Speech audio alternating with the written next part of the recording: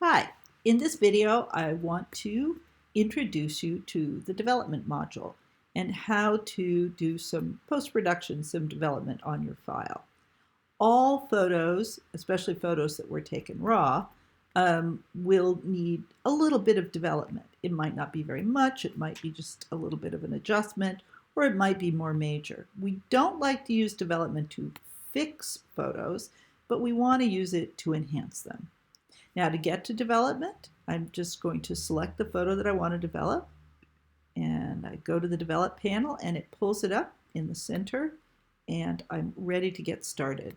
Remember when you change modules that all the information on the side changes? So right now we have a bunch of these. We're going to get into these a little bit later, but do notice up here we have the navigator. This is actually very helpful.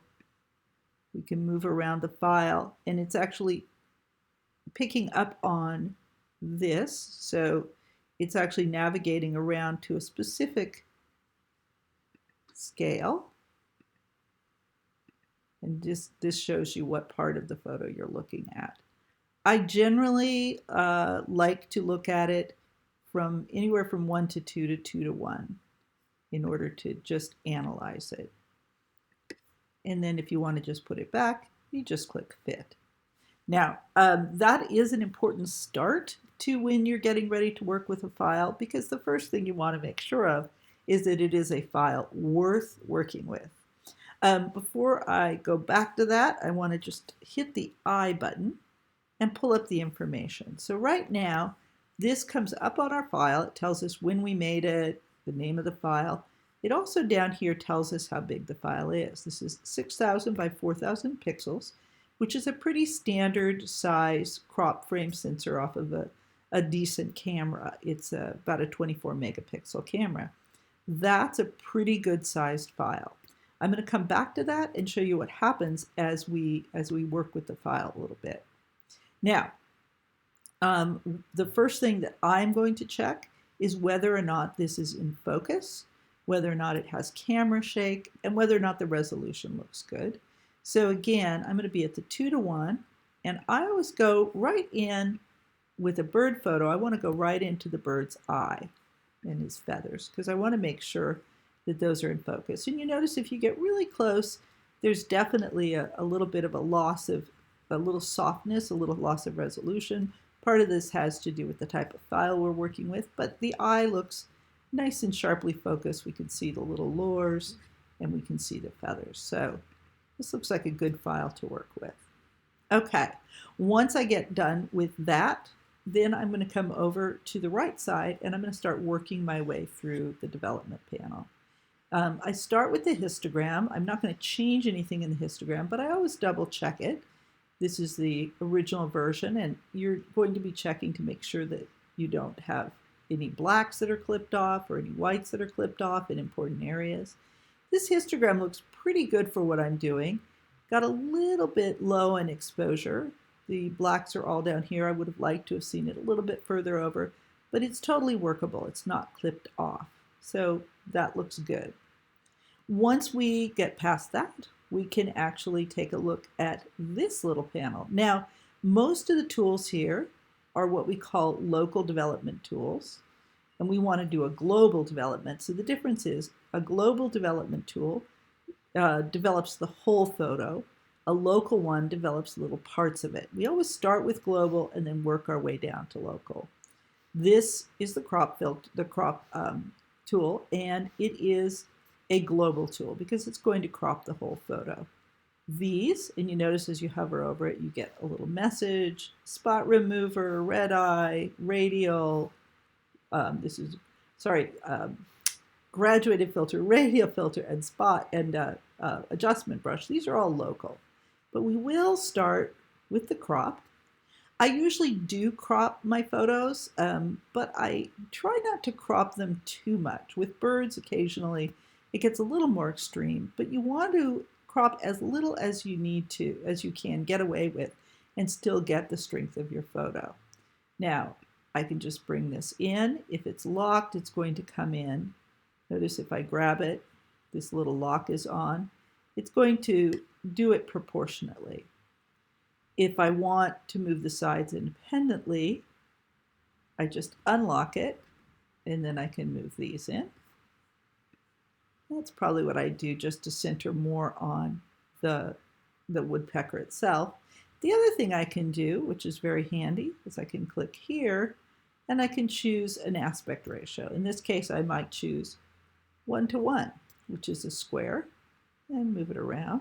Now, watch what has already happened up here.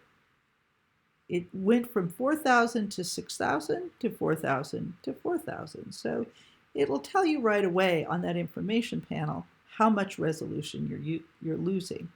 This is one reason why I encourage you, we'll go back here and show you, not to attempt something like this. And this is tempting with digital files, to just say, oh, I'm just going to do just his head. Look what happened to the file. It's now just over 1,000 by 1,000. That's a very small file. So we're actually not going to do that. We're going to go here and step back. Oops.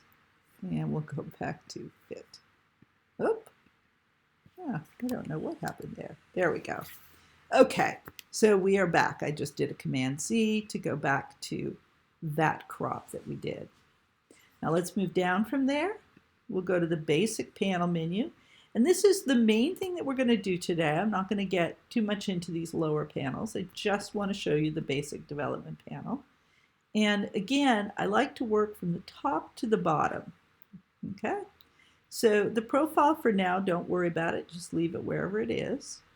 But here, this first panel is what we call white balance. Now, you might not have noticed it, but this photo is a little bit blue. If we zoom in to the bark here, you can see that it's quite cool. And that's because it was shot in the shade with the camera on daylight, and it just lost a lot of its warmth. Now, this probably is the color that the light really was, but it's not the color that I want the light to be. Now, there's a few different ways I can adjust this. I can actually try an auto adjustment, which is actually pretty good in this case, although I think it made it a little bit purpley. You can try to pick one of these presets. That is better because that is actually how I shot it, was in the shade. Or you can do a custom one. Let's go back to as shot and let's do custom down here. There's a couple different ways to do custom. I could actually just play with the sliders here. Go from blue to warm, red to green, sorry, magenta to green. Now, that can work, but you have to have a very delicate hand. There's another way that I actually really prefer, and this takes a little bit of practice, but it's very, very effective. You can click this little icon, find something that should be neutral gray, not white or black, and not a color, something that should be very neutral, and just click on that, and it will actually warm it up. And actually, I like that quite well. Okay, I'm going to leave it there. Now I'm going to move down to this area. This is probably the most important area that you'll be into. And this has to do with your tonal range. That is how dark or how light or how high contrast different areas are. It's a lot to choose from here. We're all probably familiar with just bringing exposure up and down, and you can see how that works. Contrast changes the relationship of lights and darks. And I'm going to do these separately just so you can see and then talk about what I would do. Then we have the highlights. And the highlights just control the brighter but not completely white areas of an image. The shadows, which control just the darkest but not the completely black area of the images. White, which just pulls up the very whitest areas. And shadows, or sorry, blacks, which just control the very blackest areas. Now, this effect that you're getting is when you've pushed your histogram over so that it starts to actually clip. It turns blue on the left. And if we do the same thing here, it turns red when it gets pure white. So all of these usually need to be used with sort of subtlety. For this image, I'm probably going to bring the exposure up just a little bit.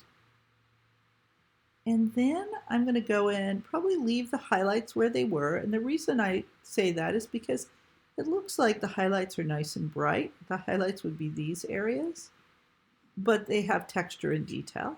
The shadows, however, I feel like need a little more what I call openness. So notice how when I do the shadows, it's not changing those highlights at all, just those deepest areas. Lets us see a little bit more of the feathers. And I also might change the whites. Now, just very subtly. You don't want to go too far, obviously. But if I just bring it up a couple of points, it's just going to brighten up the whole image slightly.